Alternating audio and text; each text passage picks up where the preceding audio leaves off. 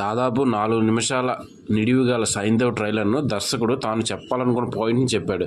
కథ మొత్తం తండ్రి కూతురు మధ్య నడిచిన వెంకీ మాస్ యాంగిల్స్కు ఏమాత్రం కొరత లేదు. ట్రైలర్ను బట్టి చూస్తే కూతురి కోసం నేర సామ్రాజ్యాన్ని వదులుకుని ఉంటాడు వెంకీ. ఏ కూతురి కోసం అన్నీ వదిలి సంతోషంగా బతకాలని అనుకుంటాడో ఆ కూతురే ప్రమాదంలో పడుతుంది. పాప ఓ అరుదైన రోగంతో బాధపడుతుంటుంది. పాపను రక్షించుకోవడానికి కోట్ల రూపాయలు అవసరం అవుతాయి.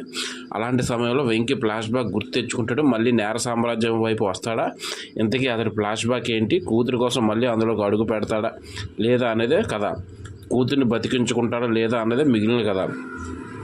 కాగా వెంకటేష్ చివరిగా F3 సినిమాలో తెలుగు ప్రేక్షకులకు పలకరించాడు. ఈ మూవీ 2002లో విడుదలైంది. ఆ తర్వాత 2023లో రానా నాయుడు అనే వెబ్ సిరీస్తో OTT ప్రేక్షకులను పలకరించాడు.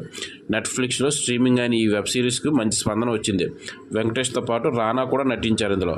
అయితే వెబ్ సిరీస్ను నెగిటివ్ కామెంట్లు ఎక్కువయ్యాయి, బూతులు ఎక్కువగా ఉన్నాయంటూ చూసిన వాళ్ళలో 90% మంది ఆగ్రహం వ్యక్తం చేస్తూ వచ్చారు. మరి సైంధవ్ ట్రైలర్పై మీ అభిప్రాయాలను కామెంట్